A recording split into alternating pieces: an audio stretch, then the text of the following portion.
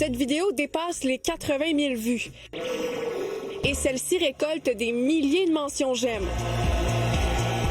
Ces jeunes qui explorent des lieux abandonnés ou escaladent des bâtiments sherbrookois font sensation en ligne. On les aperçoit notamment sur le toit du carrefour de l'Estrie, sur des commerces de la rue Wellington ou encore au sommet de la croix du Mont-Bellevue.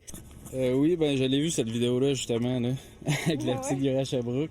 Des choses quand même impressionnantes à regarder, là. Fait que c'est quand même intéressant, puis le monde c'est quand même des belles vues aussi à voir. Fait que c'est quand même...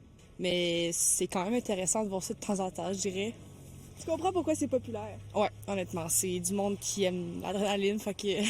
C'est le type de contenu riche en adrénaline et même dangereux qui génère beaucoup de clics sur les réseaux sociaux. Ce qui peut être attrayant dans du contenu dangereux, c'est que ça nous fait réagir. Tout de suite, on est engagé, on veut savoir c'est quoi la suite, savoir que la personne est en sécurité, comment ça se termine. Donc oui, ça peut nous amener à regarder plus longtemps la vidéo, qui ça va être des données interprétées par la plateforme comme cette vidéo-là plaît à tout le monde, donc on va la montrer au plus grand nombre de gens possible. Ces vidéos rappellent d'ailleurs le décès tragique d'une adolescente de 15 ans à Shawinigan au printemps dernier, alors qu'elle explorait une usine abandonnée. L'exploration urbaine, aussi appelée urbex, est populaire sur le web depuis plusieurs années. En soi, l'activité n'est pas illégale, mais certaines actions commises dans ce contexte peuvent l'être. Un immeuble, ça inclut le terrain. Alors, d'aller sur le terrain de quelqu'un, de monter sur le toit, les jeunes, les gens qui pratiquent ce genre d'activité-là pourraient être exposés à des poursuites de la part des propriétaires. Les lieux abandonnés, c'est la même chose.